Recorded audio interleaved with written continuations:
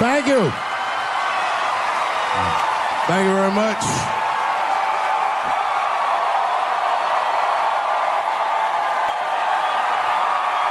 Thank you. What's going on? Good to see everybody out here tonight. Thank you. Hey, have a seat. Everybody be comfortable and relax.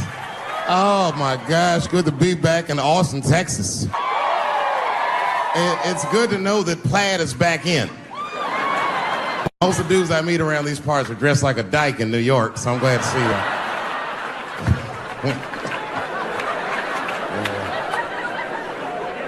Man, fucking Texas, this place is pretty good.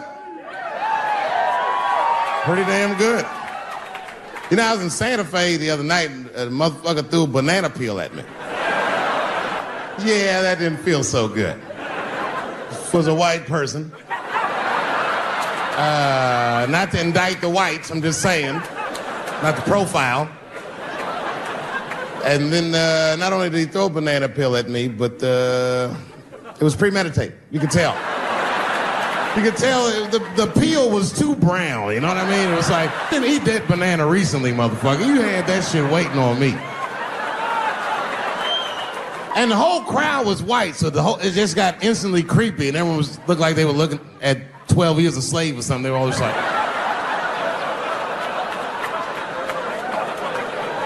Who the fuck does that? And then they arrested the guy, which was... I said, we're gonna fuck you in the butt in the holding cell. You know that, right? Can't just be throwing banana peels at Dave Chappelle. They're not gonna let you get away with this.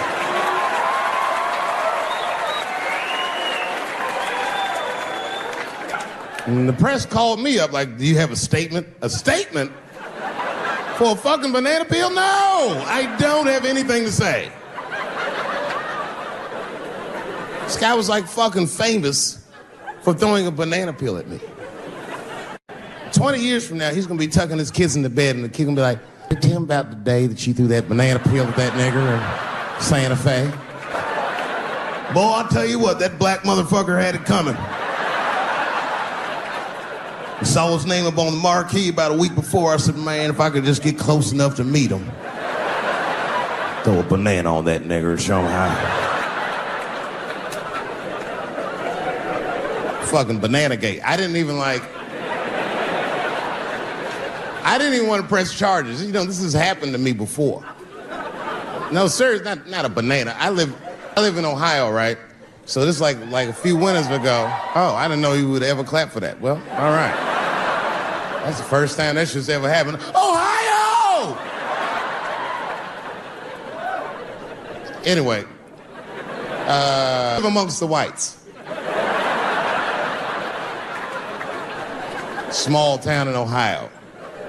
And it was wintertime, and it had snowed recently, so there were huge snowdrifts on the street. I was walking with my sister. Now, my sister was dressed in all Muslim garb, as were her children. And I was dressed as Dave Chappelle. And we were walking and just talking about something, and a car sped around the corner, and the window came down, and somebody threw a snowball and hit me right in the shoulder. I didn't know what was going on. Why was this happening? Because I'm black, because she's Muslim, because I'm Dave Chappelle. I couldn't tell. But again, I knew it was premeditated. Because who the fuck has a snowball in a warm car?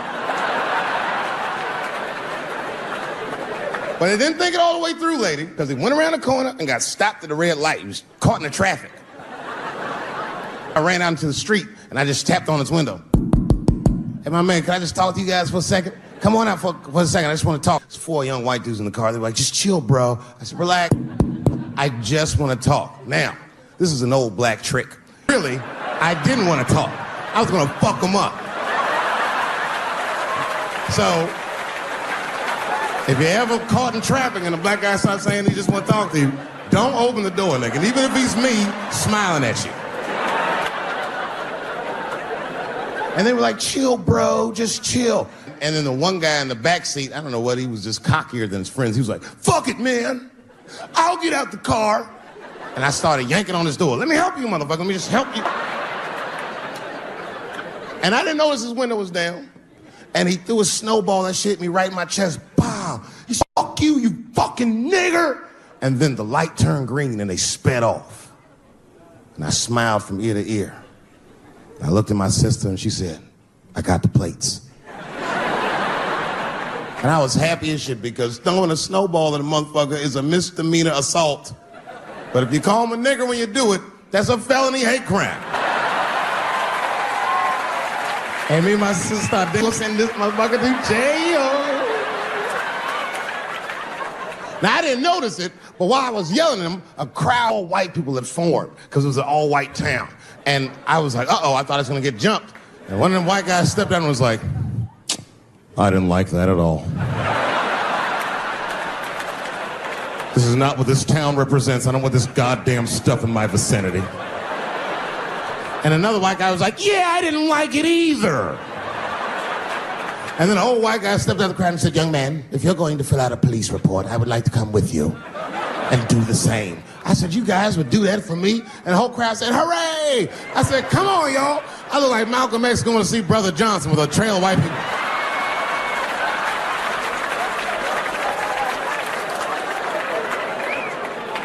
Unreal. I was always sitting in the police station, and the police came in, they're like, well, Mr. Chappelle, 16 identical police reports. We ran the tags, 2 young men that had their mother's car. We have all 4 suspects in holding. Their mother is here. It's up to you. Whatever you want to do. If you want to press charges, we'll move forward. Mr. Chappelle, are you okay? Huh? Sorry about that, officer. I'm a little flustered. I've never been in a position where I could have the fate of white children before, but it's weighing heavy on me, sir. And I really can't decide. And I saw a lady pacing back and forth in the hallway, and I said, is that? He goes, yes, that's their mother. Well, can I speak to her before I make a decision? And when the mom came in, oh, it was me. She busted out crying. Oh, God, oh, no, I don't want him to go to jail. I am so sorry. I didn't raise him to do this. We love your comedy. We love you at the house. I said, miss, please, just, all right, look, I don't necessarily want your son to go to jail either. But what he did was pretty fucked up. So, there's something we can do short of jail just to let him know that he's wrong. She goes, oh, I don't know. What did you have in mind? Miss, I've never been in this position before. Oh, you know what we could do? I don't know if I'm asking too much, but maybe if you could just suck my dick a little bit. Just a little bit. I'm not gonna finish. I just want you to do it enough so that I can tell him you did it. I'm kidding. I wouldn't do that to anybody's mother. Maybe my kid's mom, but that's it. Ebola was in Texas. Ebola made a visit. That man in Dallas. 5 days, that man melted to death. What happened to the brother in Dallas? Where was the secret serum, is what we all said. I remember in the beginning of Ebola, there were 2 American doctors that got sick in Africa. They flew them in a private jet straight to Atlanta to the CDC.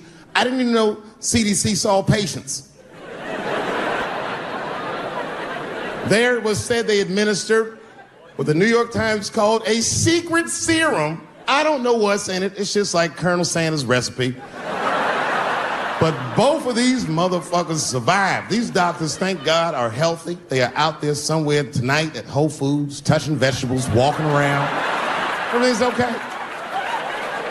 Hey, how are you? Oh, you didn't hear? I had Ebola last week, but I'm doing all right now. I was bleeding out of my eyes and anus, so I got concerned, but I'm okay. What happened to the brother in Dallas? They just rubbed some Vicks on that nigga's chest. Good luck, little buddy.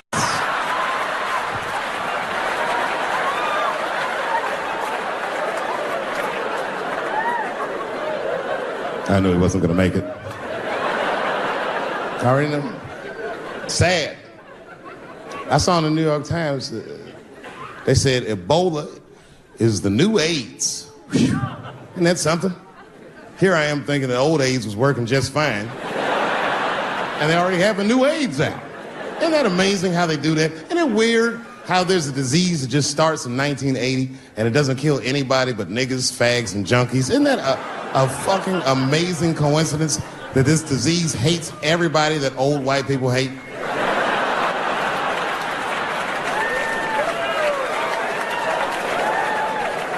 I think either God is white or the government hid that shit in disco balls. Only fun people get AIDS. Last month on the front of the New York Times, the measles was a headline. I had to check the date of the paper. I was like, measles? What is this, 1850? What the fuck is this? Why is measles in the news? Turns out they were trying to decide if mandatory vaccinations for children is the way we all want to go. Any thoughts? You say yes? I'm sorry, ladies and gentlemen. I just, I don't know. I don't know about this one.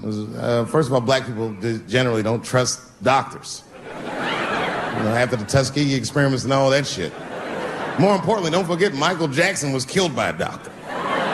Granted, he was doing drugs, but if I was a heroin addict and I had a licensed physician injecting heroin in me, I should survive that.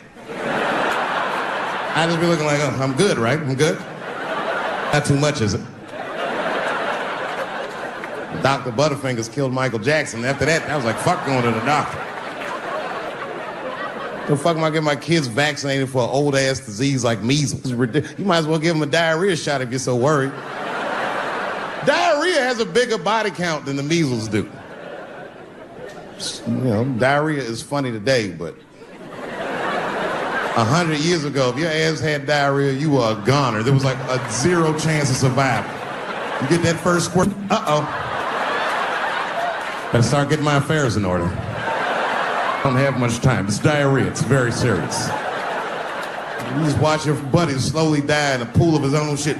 Oh, I give up diarrhea. Too strong. Nowadays, your buddy just be like, oh, what you got? Just eat a banana, nigga, drink some water, let's get to the club. Still make last call.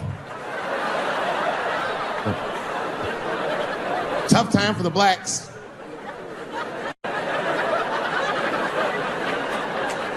These are not good times for the blacks. I don't know if you know what I'm talking about, right? Police are killing us again. It's a very unfortunate set of circumstances because we were doing very well.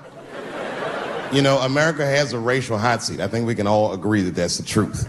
We can also agree that that hot seat is traditionally occupied by African Americans in general, African American men in particular.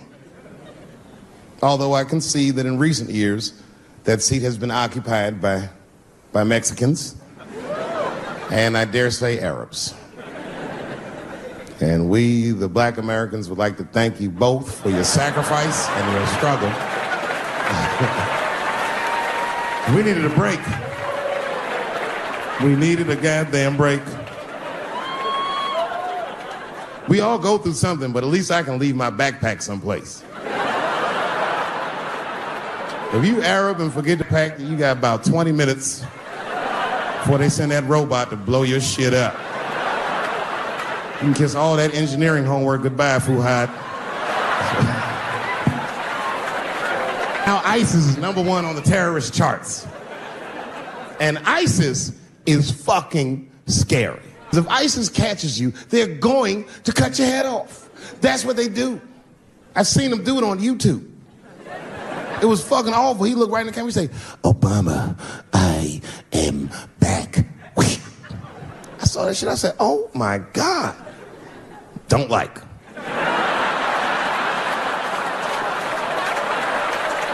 How is this guy cutting people's heads off on YouTube? I can't even post a dick pic, and this motherfucker is decapitating people. I'm gonna have to change my settings. You know, everyone has it hard, but I think harder than black people, harder than Arabs, and harder than Mexicans. You know who has it the worst? Fat black people.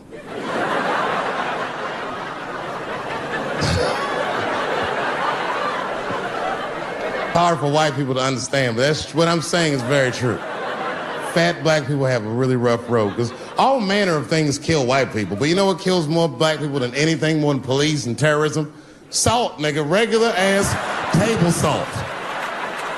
Here, white people are getting Ebola cures and shit, and meanwhile, I'm dying from fucking the flavoring.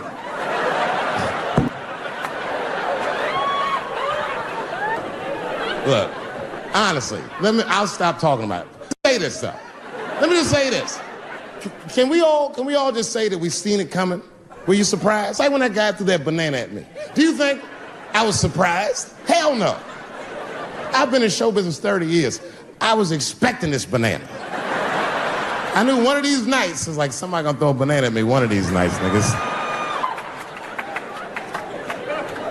Because that's how it starts, with the name calling. Like that Paula Deen. Remember Paula Deen got fired from the Food Network? You know anything about show business? It is really hard to get fired from the fucking Food Network. And they dropped that bitch like a hot potato. All because she called somebody an N-word 30 years before she had a show. I don't know who she said it to, but whoever it was just looking at her like, I'm gonna get you for this bitch. That shit came back 30 years later like a Bill Cosby rape and sunk a battleship. And every black person was mad, but we weren't like that mad. It was more confusing than it was infuriating. I was just like, well, how's this bitch gonna call me a nigga when she taught me how to fry chicken? That's not fair.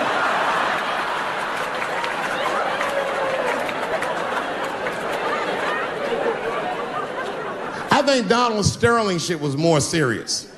Remember Donald Sterling used to own the Clippers, and that he got caught on a secretly recorded tape saying some very unsavory things about African Americans. And there's a lesson in that for all of us.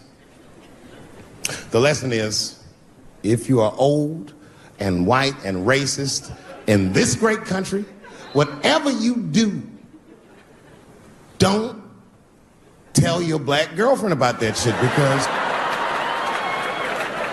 that's who made the tape. She recorded all that shit, and the tape was terrible. He was like, stop bringing these black guys to my games. First, we're all confused, like, well, how the fuck are you gonna have a game without us? But it turned out the black guy he was speaking of was none other than Magic Johnson, the billionaire. Unbelievable. Never even mentioned the fact that he had AIDS, which is the first thing I would have said to my girlfriend. This guy must be really racist if AIDS is the footnote. Well, you gotta be careful, baby. He got the old Ebola.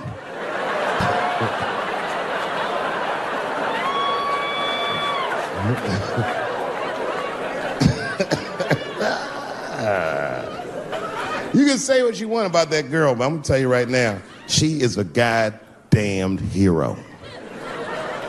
Because you might have thought these things were happening before, but now you can see it all in front of you without a shadow of a doubt. That shit actually went down. She sucked that old guy's dick. She really for the team on that one. Really gross. This dick is like 80 years old. It's like tasting history. Like 5 wars on it, civil rights movement, Great Depression. This guy fucking from 40 years before Bill Cosby's first rape. This is a very old man. A very old penis. All that shit is still, it's just name calling. Like, name calling does not break the modern black man. That's not gonna do the trick. I don't give a fuck about that. Like, if I went to Kentucky Fried Chicken and for some reason everyone behind the counter had a Ku Klux Klan hood on top of their head, what do you think I'm gonna do in this day and age? Run out Kentucky Fried Chicken? Not if I'm hungry. I'll go straight to the front. Hey man, let me get the 2-piece. I don't give a fuck what he says. You want a biscuit with that, nigger? I thought it came with a biscuit. What's all this attitude? I want a 2-piece. Chop, chop. You know what it is. But I'm not gonna be mad. Why would I be mad? He's the one that's gotta work at Kentucky Fried Chicken, not me.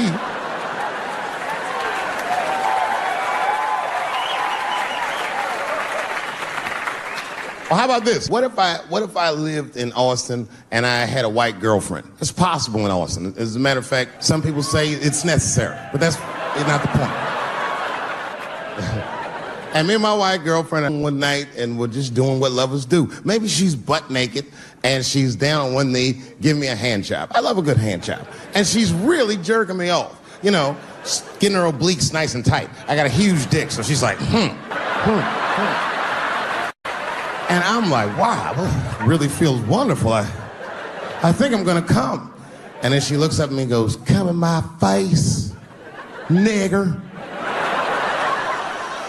I know, that's a tough one. But what do you think I'm gonna do? Hey!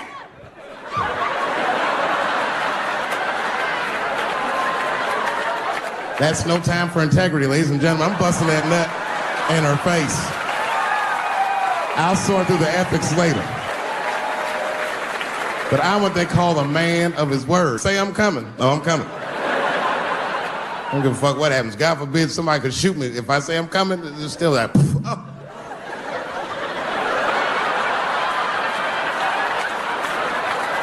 Doesn't mean I like getting shot.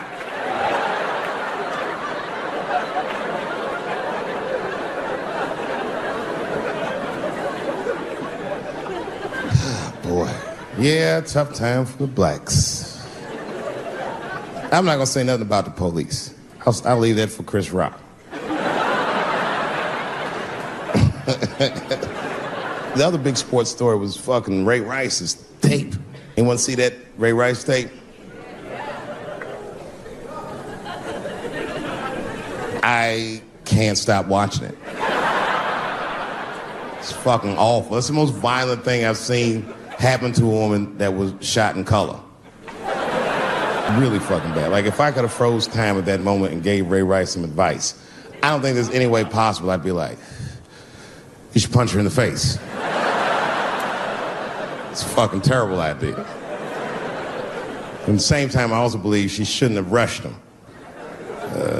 What the fuck was he like? Yo, you can't beat him. Don't rush a motherfucker that's trained to stiff arm people in the clutch. He's gonna get the upper hand. Only reason I bring him up is because, you know, he's about to play football again. You didn't know that? The NFL was told by a federal judge they had to reinstate Ray Rice because he was transparent with their investigation. He told them exactly what he did. And they can't just change your ruling just because the tape came out. I get it. That's like if I'm hanging out with my buddies and I'm like, hey guys, guess what I did last night? I fucked this big fat girl I met at the club. And they're all like, oh shit, Dave, that's crazy. And then they see a tape of me doing it and they're like, we can't hang out with you anymore, Dave. That's not what this crew was all about. I'd be like, what? I told y'all what I did. What's really fucked up is the tape was made before they were married. Isn't that weird? I don't know why she'd do that. I don't even know why he would do that. As a guy, would you want to live with a woman that you had once punched in the face with all your strength?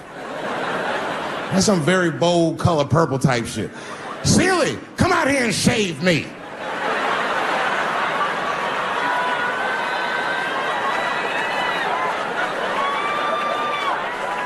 You out of your fucking mind?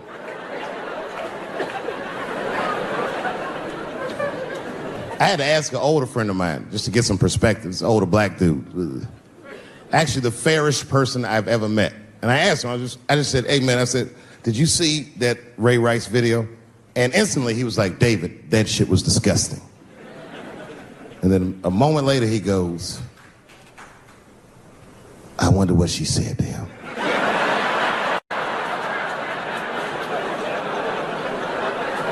I don't think that matters. I think the idea is you're not supposed to punch her in the face. My wife says terrible shit to me. My wife once called me a pussy in front of dinner guests. I know, I started to get mad, but then I was like, fuck it, she's probably right. I am a pussy, I admit it. I'm soft and warm and persuasive like a real pussy. Right. And then I told her, I said, and if you don't take care of me properly, I might stink, like your pussy. Oh, we fight dirty at the Chappelle household. It's not a big deal. No. If you want to get to the bottom of a matter of the heart, what you're supposed to do is ask a woman. Now, actually, there's two women that I know. They're both college professors in this little area I live in. And I meet them twice a week at Starbucks for coffee. Talk about important shit. I asked the girls who was in the coffee clutch, I said, yo, why y'all think that this woman stayed with Ray Rice after he punched her in the face with all his strength? And one of my girlfriends said, David, you need to wake the fuck up. She's staying for the money. Well, now, wait a minute, because my other girlfriend was like, I disagree. I think that she actually loves him. I said, wait a minute, ladies, you know what? I think that you're both right. And what I was doing when I said that was preserving the possibility of a threesome with these bitches. I've been chipping away at this pussy one cup of coffee at a time for like 4 years. I was gonna throw all that hard work away with some Ray Rice shit. I don't care that much.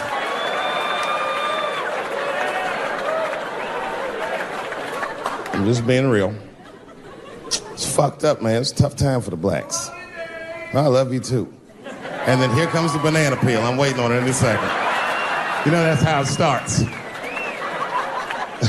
I saw in the paper today that the guy that threw the banana at me got arrested again because he threw a banana at another motherfucker in a bar in Santa Fe. Look it up online after the show. He actually did that. And that guy was black too. I'm just saying.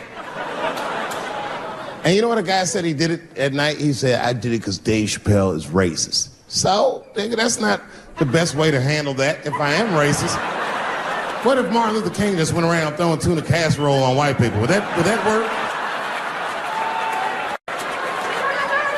Huh? Seen your girl bubbling. She's drunk as hell, buddy. Listen, sir, I don't know what she's saying, but just take my advice. Get some water in her, or you're going to have some dry pussy when you get home.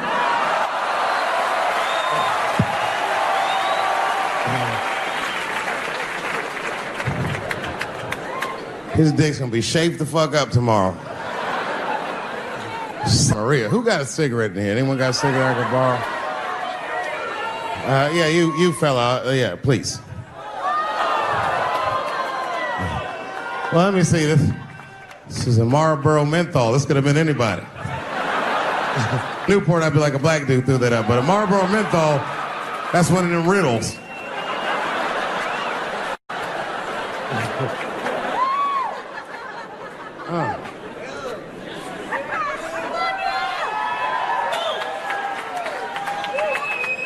The word pussy offensive? All right, just checking. I asked that crowd when we was in Denver, I said, is the word pussy offensive? And the whole crowd said no, except for two people. One was a woman in the front, she's older than me, maybe around my age, definitely a feminist. You know what I mean? Short haircut, plaid shirt, you know what I'm saying? And she didn't say it before she said it. She said, I'm uncomfortable with that word. And I was like, really? You? And then before I could ask her why, there was one other guy, he was in the balcony. Now, I don't think he was saying this to me, but he said this. Everybody heard him say it. He goes, it's delicious.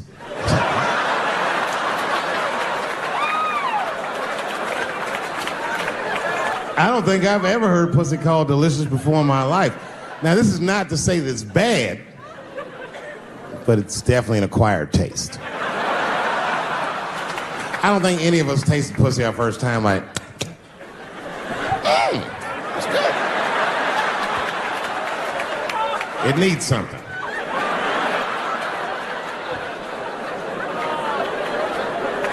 It's illegal for a gynecologist to say the word pussy. They can only say vagina, or they can name individual parts medically, but they can never say shorthand, even if the gynecologist is a woman. I feel like if it was a woman gynecologist, it's cool. Like, am I all right? And she'd be like, girl, that pussy is.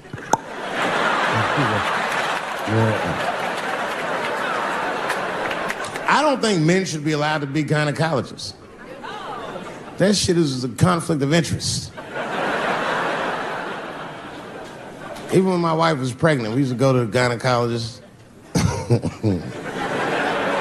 And he'd put her legs up in that stirrup like this. He'd be like, all right, Miss Chappelle, just try to relax. I push her, back up, motherfucker, I got this. Just tell me what to look for.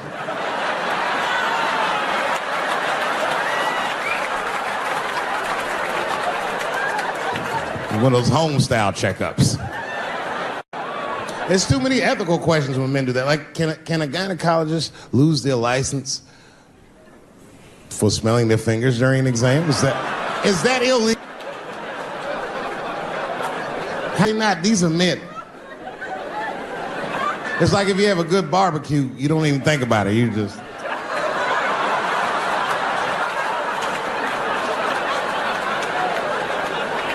The word is only offensive if you're older. People my age and younger, I don't think we dance to that shit. That song come on the radio, it's I beat the pussy up. That's on the radio. I beat the pussy up. That's a pretty harsh song. It's like nothing like a love song. There's no tracks of his tears, no midnight trains to Georgia. This man simply beats the pussy up. Unbelievable. You don't even know if he's having sex with these women. They might just pull their pants down. He'd be like, "Bah!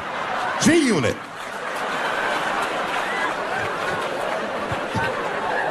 Like he'll be watching HBO. Hi, I'm Larry Merchant, standing here ringside with the pussy after a devastating bout with 50 Cent. Pussy, come over here and let me talk to you for a second. My God, you look terrible. Your lips seem to be swollen. You're bleeding a little bit.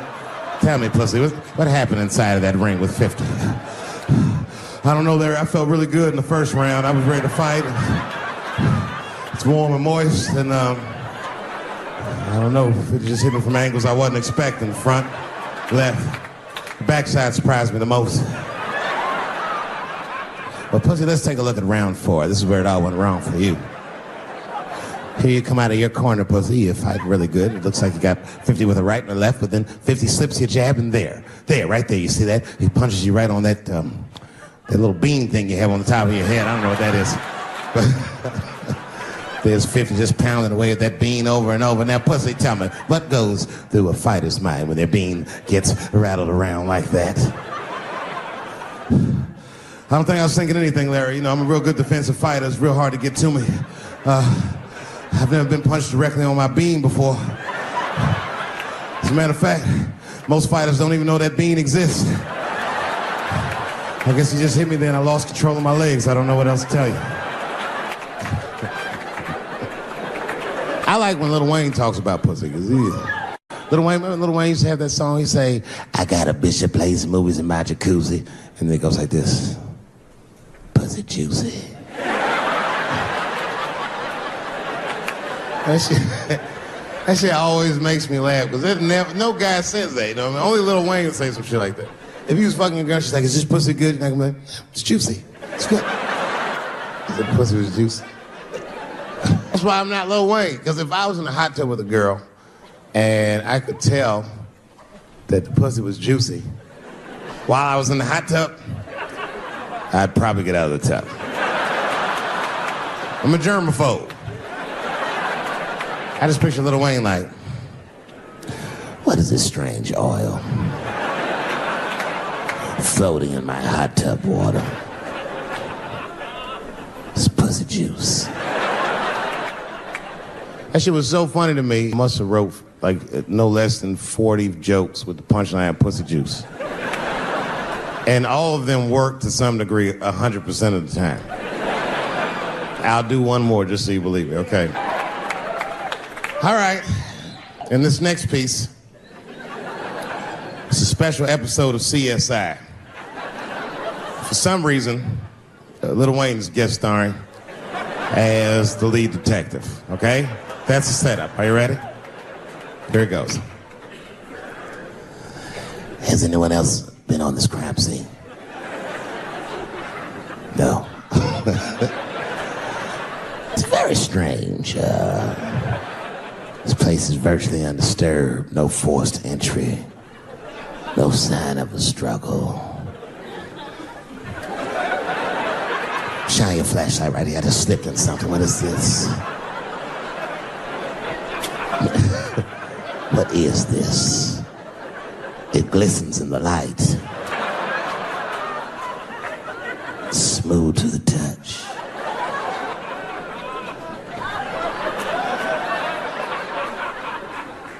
This is pussy juice.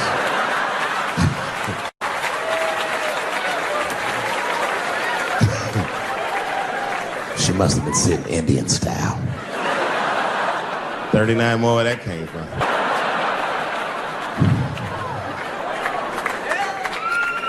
Everybody's mad about something. Recently, I got attacked online by some gay bloggers, and it hurt my feelings. I have no problem with gay people, but I fucking hate bloggers. I'm not saying it because this person was gay. They was acting like a bitch online. They was like characterizing my jokes, trying to make a point off of me, when it was really, it's like, yo, I'm your ally, motherfucker. I'm not trying to stop gay people. I got better shit to do. This motherfucker was saying things to try to get gay people to beat me up. Seriously, he was like, Dave Chappelle's jokes. I don't know how he actually talks. I'm just making his voice up. Dave Chappelle's jokes were an affront to the manhood of all gay men. What the fuck does that mean? I didn't say anything that would allude to gay men not being men. I know you men. In fact, what could be manlier than fucking another guy in the ass? It's the most gangster shit I've ever heard of in my life. I told you I'm not cut out for that. I'm a pussy. You know what I said? That's all I said. First of all, I'll tell you right now what I said. And I will tell you that this was not a joke. It's a true story. And I just happened to tell it. All right, what happened was I went to a gallery party, all right? I don't know who in here has ever been rich before, but these are very nice parties. You know, wine and cheese and ball of conversation. And there was a few eccentric types, one of which was a very wealthy man that happened to be wearing a dress. I don't know what you call him, man. This is a tranny or drag queen, perhaps. Whatever it was, this is definitely a man. And this man was definitely on drugs. I don't know what kind of drugs he's on, but I knew he had too much. He didn't look good. It's like this, he's like, he looked sick. And all his friends were standing around him, concerned, trying to revive him. I don't know whether it looked like some kind of gay CPR. There was fanning and shit.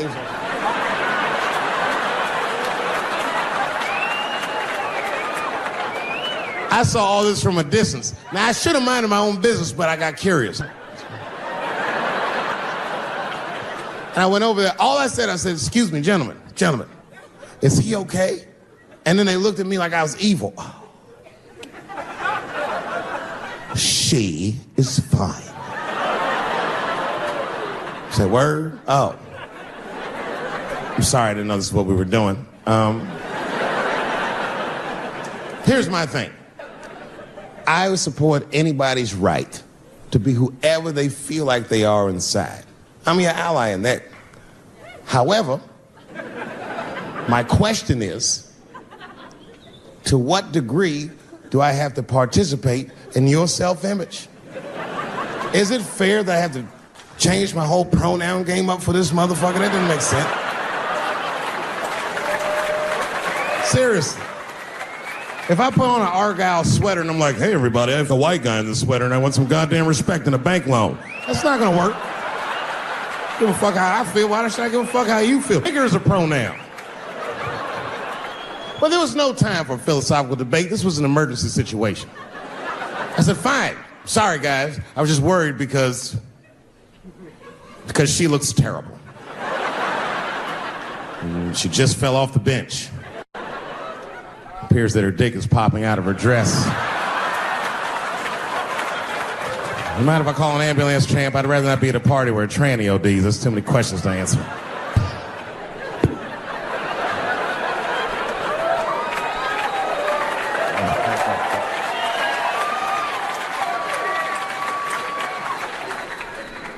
I've been through this before. I had a friend from high school. Now, In high school, this guy was a thug, Will, right? He was a fucking dope boy. He did it all. He's a wild dude. People used to be very scared of him. And then after high school, word on the street was he'd come out the closet. I personally didn't believe it. I bring him up because last year, he calls me out of the blue like, yo, what's up, man? I got your number from so-and-so. I heard you're going to be in New York doing a show. Could I get some tickets? I was like, fuck yeah, get some tickets, man. How you been? He said, well, we'll catch up at the show, man. But, yo, I appreciate it. I'll see you soon. I said, all right, man, take care. And I was about to hang up, and I couldn't resist. I was just like, hey, nigga, I heard you was gay. What's going on with that?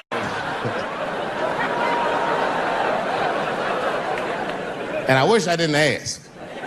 Because he sounded like he was dying to talk about that shit. And he had a long story about it. And it's not that I didn't care, but I was, I don't like talking on the phone. I was watching TV at the same time. So I just wasn't really paying attention like I should. But I was trying to sound supportive, but I didn't really know what to say. So I just like mumbling shit throughout this conversation. I just be like, nigga, you gay, man. You just gay.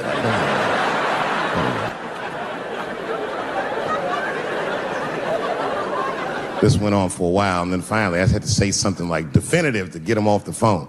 And I was like, hey, man, you know what? Don't let people get you down, all right? And the next time someone tries to make you feel bad about yourself, just remember, everybody fucks funny to somebody.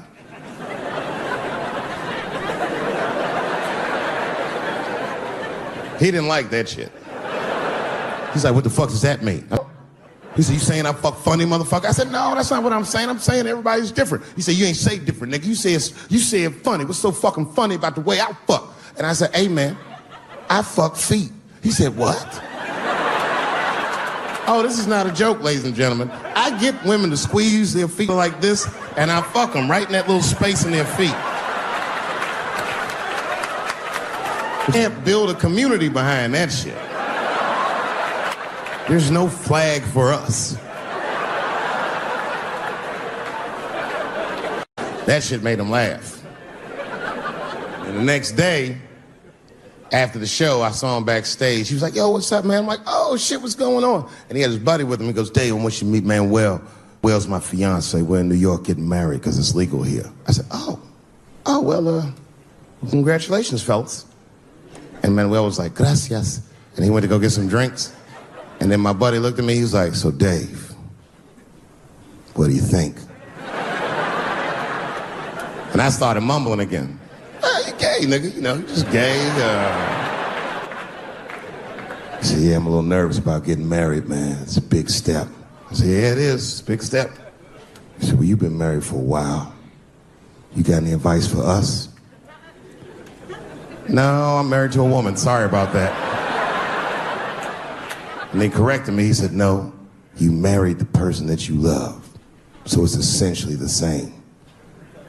I said, man, the problem with that statement is that it makes the assumption that I love her. But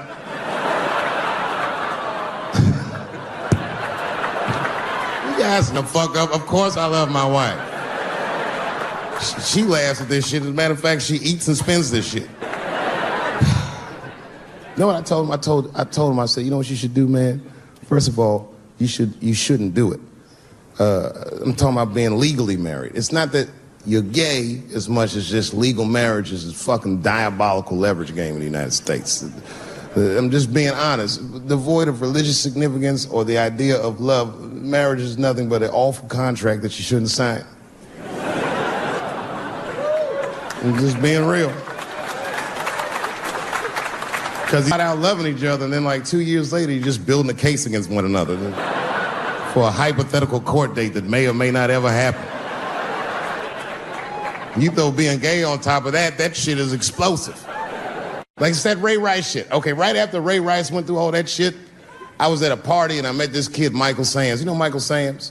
Very nice guy. He's the first openly gay NFL player. And Mike's a very nice guy, a very brave guy.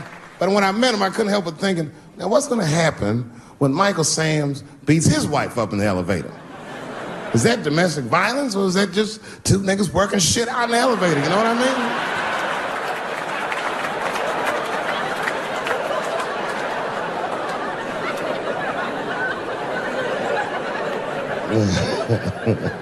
Anyway, I give all married men the same advice, gay or straight. Get a dog. This dog will love you all the time, but she's not going to. It's real talk. I didn't even know about dogs, and my kids got the dog. They brought him home from the shelter, and I didn't even want him. They're like, "Can we keep him?" I said, "Nope." I said, "Where'd you even get this dog?" They're like, "We got him from the shelter." I was like, "Ugh. Probably something wrong with him.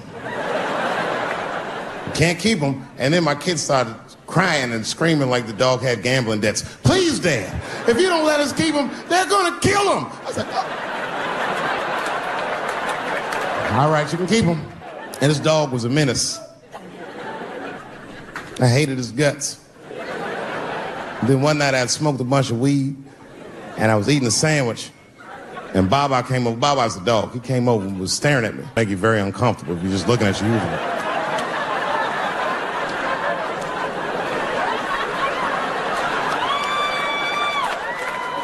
I had to give him a piece of my sandwich so he'd go away, and that's how we became friends. Now, if you see me walking down the street with Baba, I got no leash or nothing, he walks right next to me. If I stop, he'll stop. And if I go, he'll go. And all my friends are like, "Yo, Dave, that shit is dope. How you train Baba to do that shit?" I've never trained Baba. Just a messy eater. If I drop food and Baba's not around, all I gotta do is call him. "Baba!" He's a black dude's dog, so he doesn't come right away. He peeks first to see what's going on.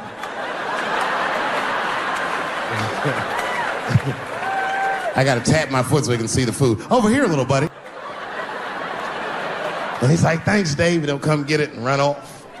But he knows all my habits. Like if he smells weed in the house, this motherfucker's about to eat, and he'll just come running.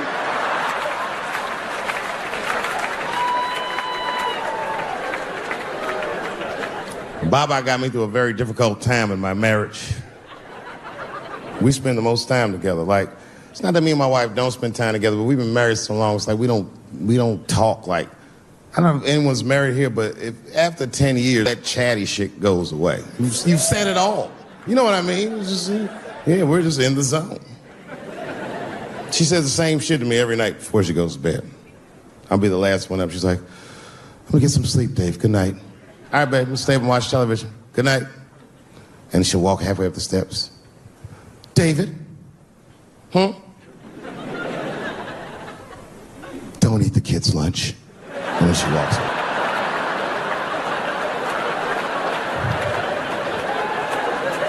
Well, the crazy shit is, I don't even eat their lunch anymore. Back, I used to eat that shit. You know how that goes. I might smoke some weed in the middle of the night, and she'll leave neatly wrapped sandwiches all over the kitchen. I'm gonna eat it. What's the big deal? Why can't she just make another one in the morning? I mean, it's like, I got sons anyway. And some everything their dads do. My kids will be at school the next day, just look like, "Oh, Dad bit my sandwich. Oh, shit." Their dad is Dave Chappelle, man. He ate that sandwich for something better. What I'm doing is adding value to their lunch. She doesn't understand these types of things. Anyway, she gets mad at me. Well, she's mad at me now because I got myself in trouble. I got myself extorted, which happens in this business. I come home from the road. There was a FedEx sitting on the kitchen table, and it was addressed to me, so I opened it. I don't know who delivered it. And there was a video cassette inside with a note written on it that said, "Gotcha." Oh, my God. Can you imagine? I freaked out. I tore the whole house apart trying to find the VCR. I hadn't seen a tape in like over a decade. And I watched the tape, and it was awful. They got me. It was a tape of me. I was fucking a girl, okay? But it was from before I was married. But it was not a good look. And I felt sick to my stomach, and I looked up at the clock, and then I saw my wife was coming home in 10 minutes, and I just panicked.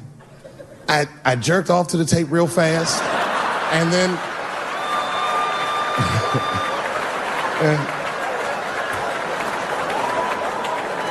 and then I called the FBI. Who, by the way, made me feel much better.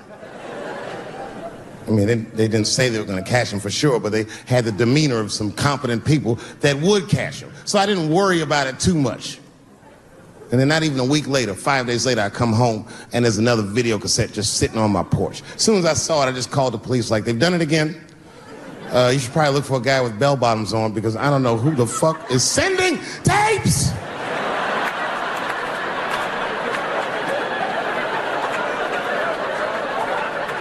And that second tape was the worst shit I'd ever seen in my life. It was awful. Career-ending bad.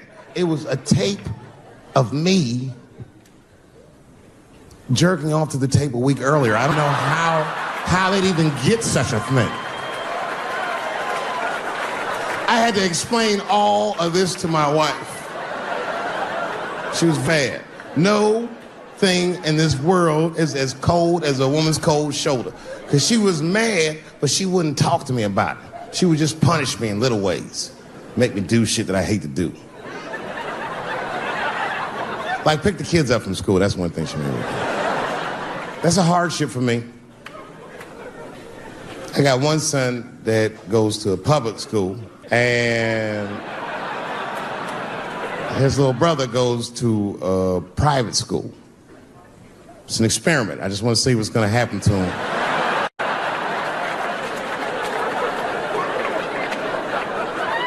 But what's weird is my little son in private school, he's like my lucky son, you know what I mean? I don't know where he get that from. He's not getting it from me. And he's definitely not getting it from that school.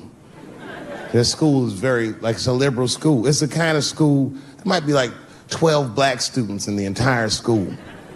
And I'm the only black parent.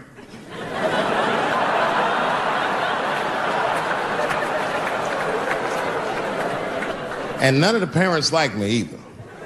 Not because I'm black, but just like they don't like how I roll. Because I be showing up late all the time, and I'm like in a Porsche and a blasting music that they don't like. You know, the music be like, I'll beat the pussy up. And I pull into the parking lot. I might be smoking a cigarette with the kids in the car. Then I pull into like that handicap space. Then when I get out of the handicap space, they always want to say some passive-aggressive shit. Morning, Dave. Don't know if you noticed, but you actually parked in the handicap space. Huh? Yeah, you know what, Frank? I did notice. But who is this handicap guy we're all waiting on that never shows up?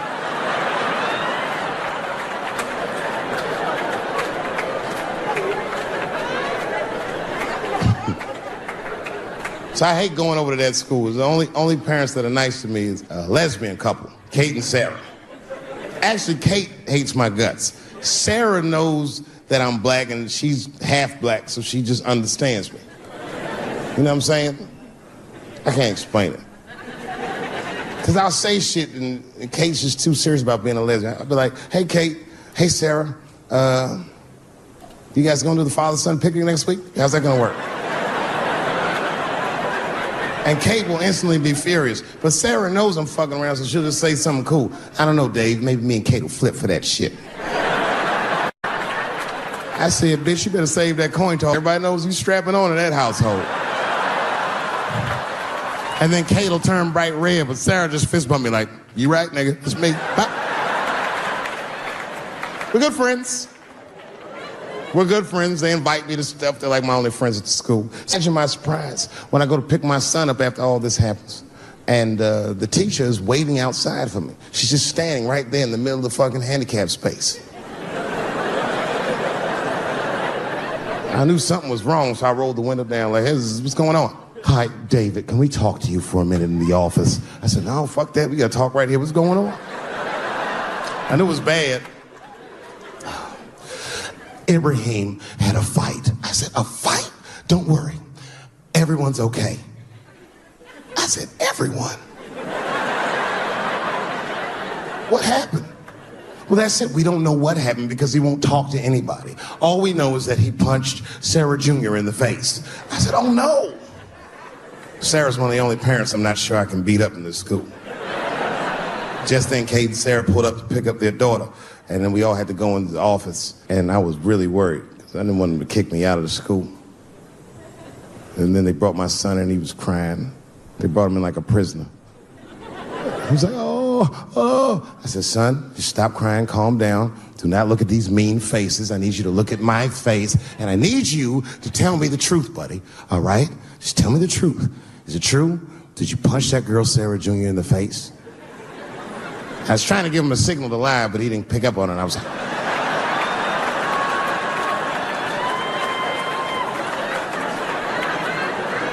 He wasn't paying attention. She said, yes, Daddy, I punched her face. I said, oh my God, why? Why would you do that? You're not supposed to put your hands on anybody.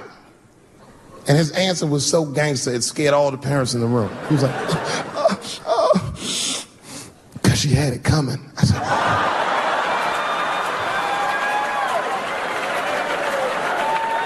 And everyone looked at me. I said, I did not teach you. I don't know where he got that. I said, what does that mean, son? That is crazy talk. What does that mean? And then he just started crying like he was Tupac. Oh, these kids keep fucking with me.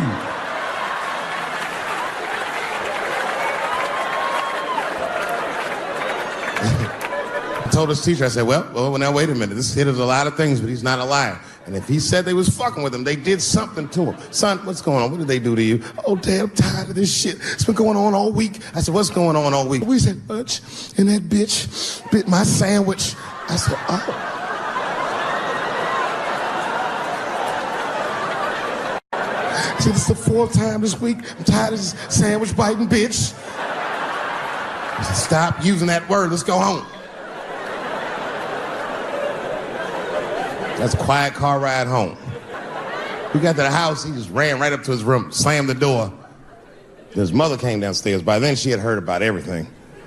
She was looking at me like, oh my God, I said, I know, it's fucked up. She said, you bit that goddamn sandwich, didn't you, Daddy? I said, how are you accusing me of shit? And I just ran out of the house. In my car and drove off. Of course I bit that sandwich. But I knew that she was just really mad about that tape, so now she's gonna punish me about a fucking sandwich I bit. And I was mad as fuck. You know what I said to myself? I should just never go home. Fuck this shit. You know, by the way, that's how people used to get divorced in the 40s. There wasn't no divorce court in America. Back in those days, if you want to get out your marriage, you just tell your wife, hey baby, I'm going to get a pack of cigarettes. I'll be right back. You would just leave with the clothes on your back. That's when men were men. And there was no internet back then, so you could move 11 miles away and have a whole new life.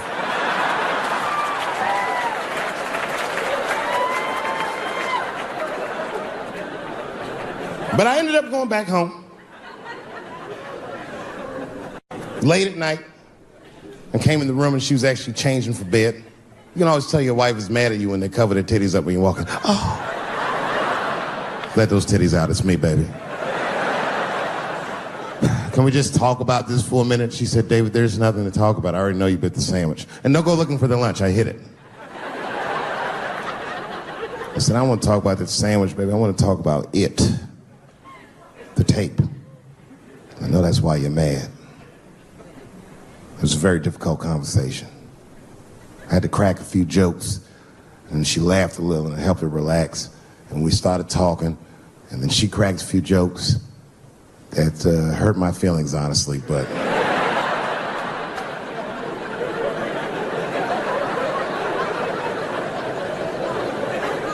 We talked, and you know what she told me?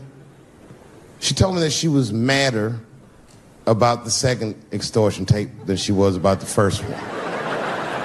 Which doesn't make sense at all. What's wrong with a guy touching his own private parts?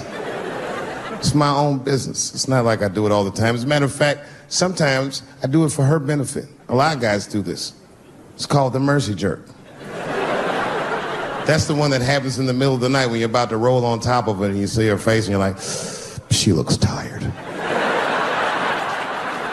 That takes a lot of love and discipline to back out of a room with a rock hard dick.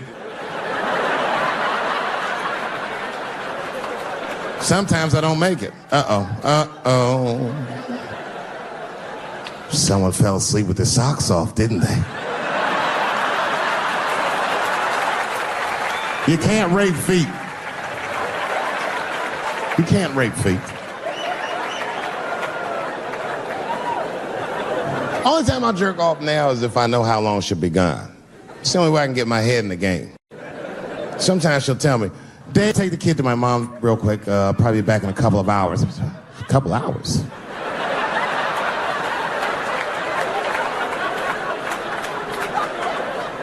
You can get a good one in 2 hours. That's the kind of session where you'll take all your clothes off. I'll be butt naked in the living room like, get these fuck toys out of my way. Disgusting. Foot all on the table, just stroking it out and taking my time. And I got a bowl of cereal waiting for me right here.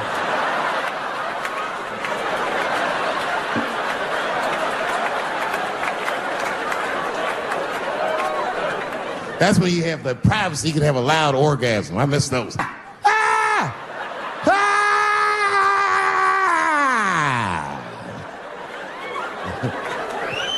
You know, other than that, like right after that, there's a window of like 6 minutes where he does the most rational thing he ever does. That's when he's always horrified. Ah! Oh God, what have I done? Oh my God, it's everywhere. Ah! Bye-bye. Thank you very much, Austin, Texas. I had a wonderful time. Be well, be happy. Good night, everybody. Thank you. Give it up one time for Dave Chappelle!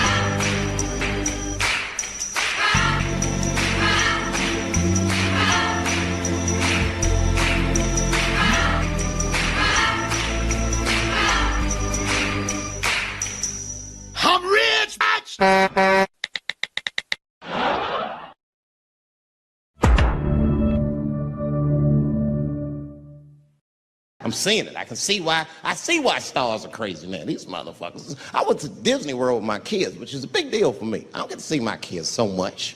I do Chappelle show 20 hours a day, sleep for like half an hour, raise my kids for 10, 20 minutes, and I go back to work. Now,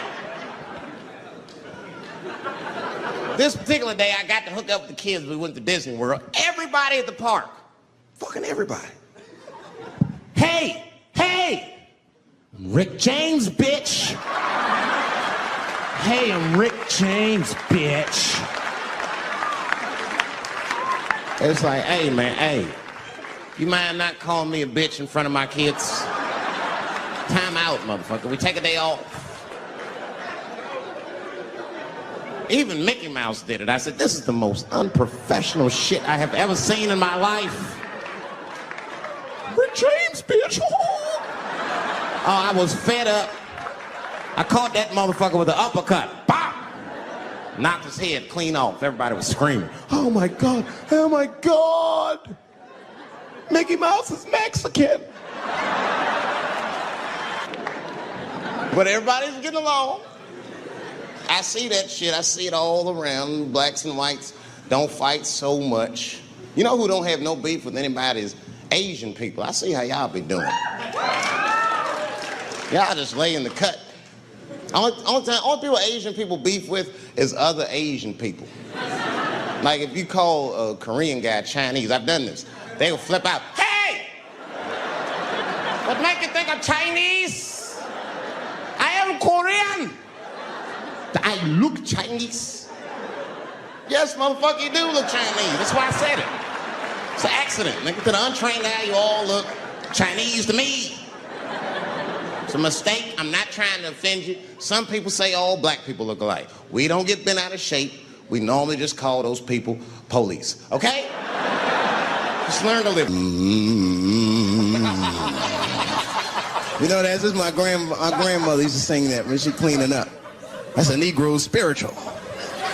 Black work song. Not everybody know about that. I know. See, white people, you guys might whistle when you work. You dig? But that's how you can tell what kind of work we're actually doing.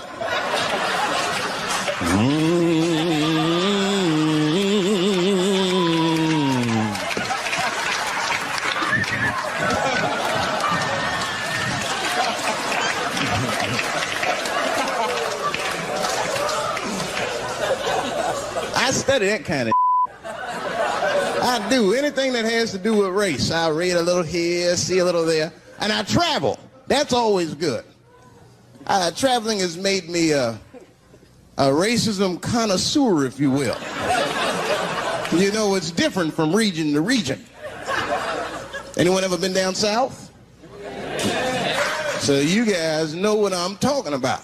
And the racism down there is just, it's perfect. It's due to a perfection. It's comfortable, it's out in the open. There are no secrets in Mississippi. Everybody knows the deal. Morning, nigger. Morning, sir.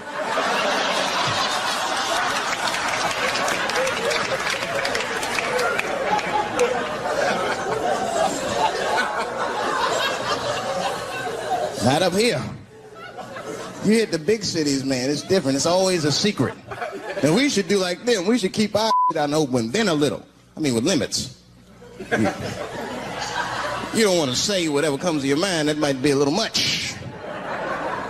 White dude be walking down the street minding his business. And the brother walk up to him. Hello. You white oppressor, you master racist of Africa. Why, hello, my big lip spear chucking friend. Touche, hunky. So, Whitey, what did you do today, huh? Oppress a new land and make the people there Christians against their will?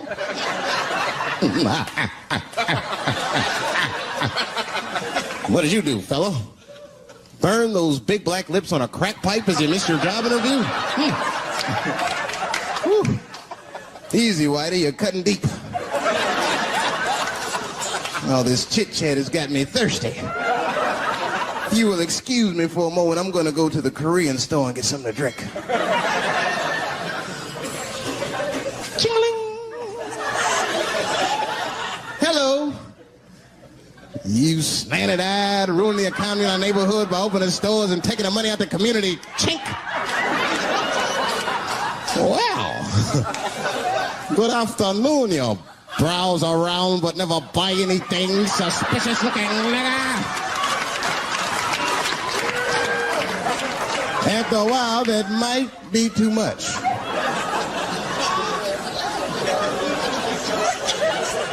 But you can't help it. If you're an American, you're a racist.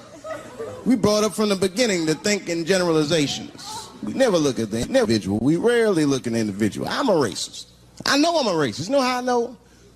The other day, I caught myself being racist against myself. There's so much going on, I got mixed up. Forgot whose team I was on.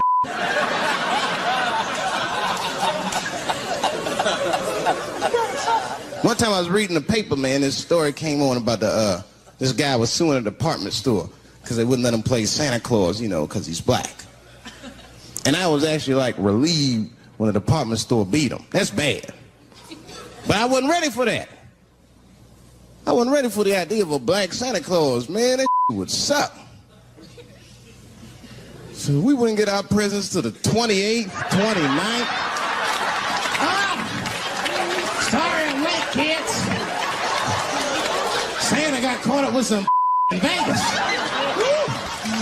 I had to sell some toys to get back, shit. Where them cookies at? I started doing stand-up comedy when I was 14. I'll never forget the first time I was on stage.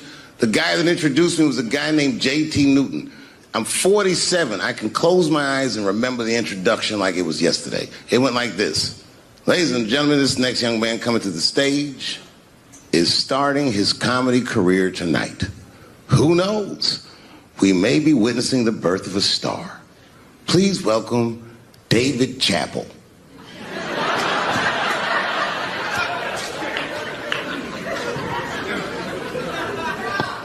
From the first time that I ever held a microphone, I was sure this was it. I knew I was home. I knew I had found my thing. And my God, man, I was a child. I got good. Matter of fact, I was good from the moment I started. And I'm not saying this to be a braggart. I'm telling you the truth. These old niggas was in awe of me. How is this little boy so poised? They used to say. I was. I mean, you know, I got better, but I started out good.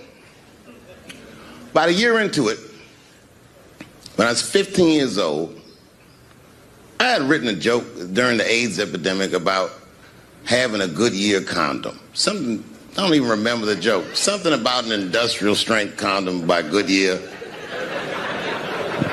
I just remember all the comedians really liked that joke. And there was an older comedian. And he came to me one night after the show, after he saw the joke, and he said, listen, I got an audition at another comedy club, and I was wondering, do you mind if I do that joke? I just want to borrow it. Now, I'm a kid. I don't know any better. I'm like, borrow it? Well, I guess, sure, if it'll help your career. I let him do the joke.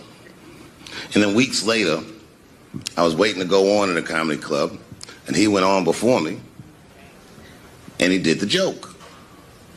And after the show, I pulled him aside, and I said, hey, man, I don't mind you borrowing my jokes, but you got to give them back. He said, oh, I forgot to ask you. He goes, let me buy that joke from you for $50. And I said, man, I'd do it, but I'm just starting out. I need all the material I can get. The idea being that the more material I can accumulate, the faster I'll be able to make money for my work. I said, I can't do it. I want my joke back.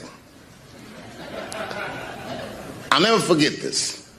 Remember, I was a 15-year-old child. This guy was a grown-ass man.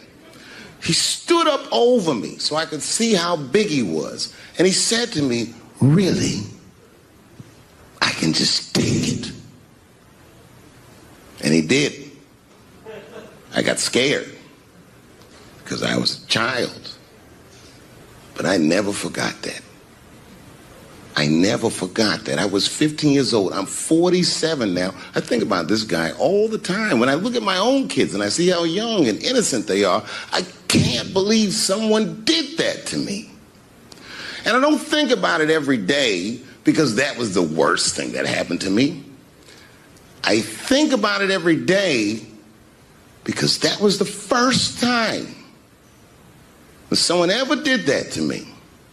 But in my career, it has happened many, many times since, where someone would intimidate me or scare me and take something that I believe was mine. I'll tell you another story. Now I'm 18 years old. I'm living in New York City, and I just finished my first road tour, which was a very difficult tour. I'll spare you the details. Now I'm back in New York, but my rent is paid, thank God. And I have $60 to my name, and a woman that I had met in Pittsburgh, a bad Dominican bitch,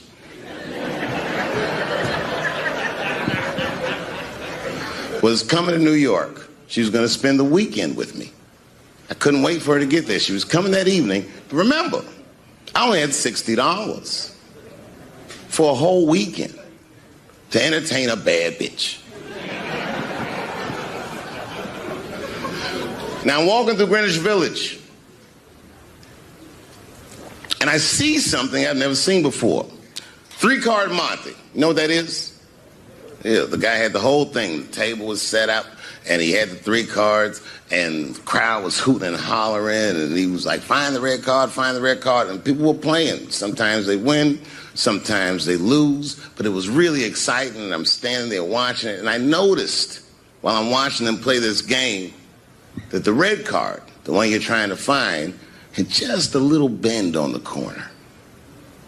And I'm watching it, and I'm like, yo, this guy doesn't seem to know that red card is bent. I'm going to beat this motherfucker. And I walked up to the table and I said, let me play a hand. And I put my last $60 on that table and he starts to shuffle and find the red card, find the red card. And I kept watching that bent card go around the table, make sure I kept my eyes on that bent card. And when he stopped shuffling and he said, find the red card, I pointed to it with confidence. Here it is right here. And he flipped it over and it was black. And he took my money. I couldn't fucking believe that. How did this nigga do that? Was that magic or sorcery? I was confused. So you know what I did? I sat there and I watched him for a real long time play the game. And I realized that all those people who was doing all that hooting and hollering and betting, my God, they were his friends. They were in on the whole thing. I felt so wronged. I felt so stupid. And then the next sucker came up to the table and was about to put his money down. And I said, fuck that, man. Don't put your money there. All these niggas is in on it. It's a trick. And when I said that, the guy that was dealing, and this motherfucker was huge, snatched me up by my collar. Feel how strong he was when he grabbed me. I was a skinny little guy. And he was gonna maul me. And the only reason he didn't, I'm sure, is because he saw the fear in my face. And that fear, he looked at me. I saw his eyes go from hard to soft. He softened. Then he looked at me like the way a father would look at a child. And he said to me, young man, don't ever come between a man and his meal. I never forgot that either. Most niggas would have to run the streets for years to learn a lesson that profound. It took me 2 seconds. Never get between somebody and their paper. Taking a man's livelihood away from him is akin to killing him. Look, it was way more intense than what you guys might have read. I don't know what you read, but the kid, while we was beating on him, reached in his waistband, pulled out a .22 caliber pistol. That shit was mayhem. Everybody started screaming, oh my God. Oh my God, he's got a gun. He's got a gun. And then I got scared. I was in the back, but I was scared. Because I knew that everybody that was with me was armed. Yes, if they had shot and killed this kid on stage at the Hollywood Bowl, like I pay you to do, Travis,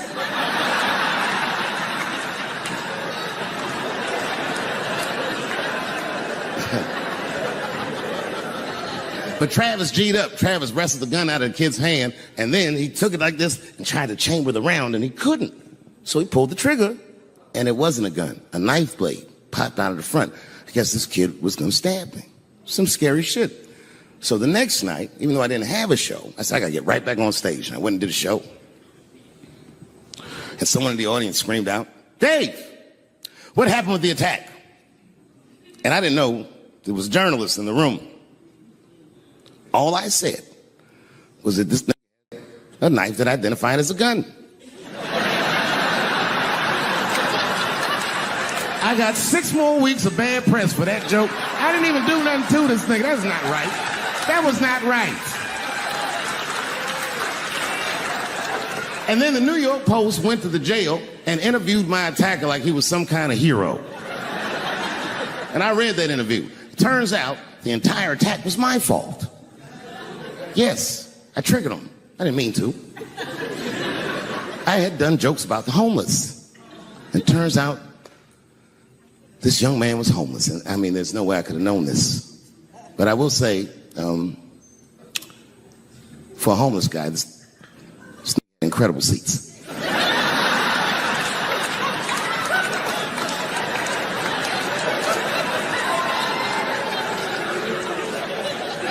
Oh, and they said I triggered him because I had done LBGTQ jokes, and it turns out this fellow was a bee. That was the headline in the article. It said, Dave Chappelle's alleged attacker is bisexual. I said, alleged attacker? This motherfucker definitely attacked me. I'll show you the tape. He's allegedly bisexual. I'm gonna need to see him suck somebody's dick before I believe the rest of this article.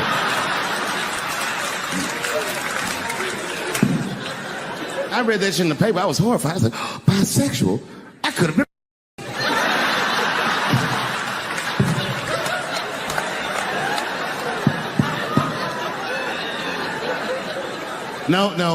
No, you know what though? It's not funny because after all that madness ensued, I went to the hotel room. I was by myself and I opened the door and my wife was in there alone. She was sobbing, like sobbing. I said, oh my God, what's wrong with you, bitch? Did you get attacked too?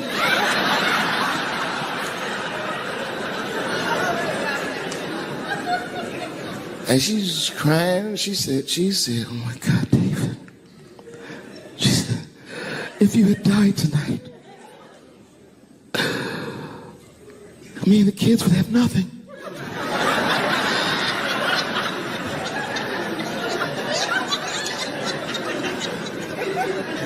Then I knew it was serious. So I sat down on the bed next to her. And I reached in my pocket, I pulled some keys out that she'd never seen before. She said, what are those keys? And I gently placed them in her hands. I said, sweetheart, those are the keys to my safe deposit box.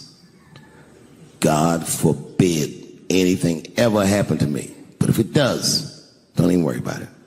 You and the kids have everything you need in that box. I've already taken care of it. And she was looking at them keys, and I could see her mind realize what we were actually talking about. And then she just started crying harder. And to be honest with you, that made me cry a little bit too.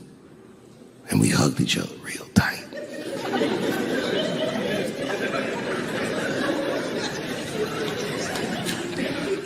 Do you know this bitch looked in the box while I'm alive and well?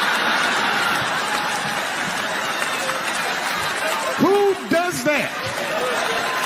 Oh my God. And then she was mad at me. She said, God damn it, David, I opened that box. I said, you did? She said, yes, I did. And there was nothing in there.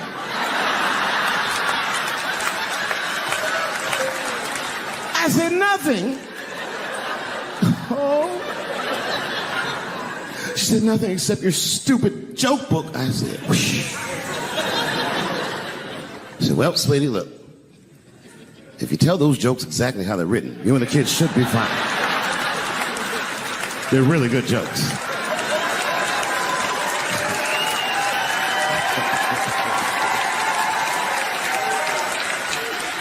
She's like, good jokes? What is this shit? Come join me in my watery grave. No, you gotta roll your throat. Join me in my watery grave.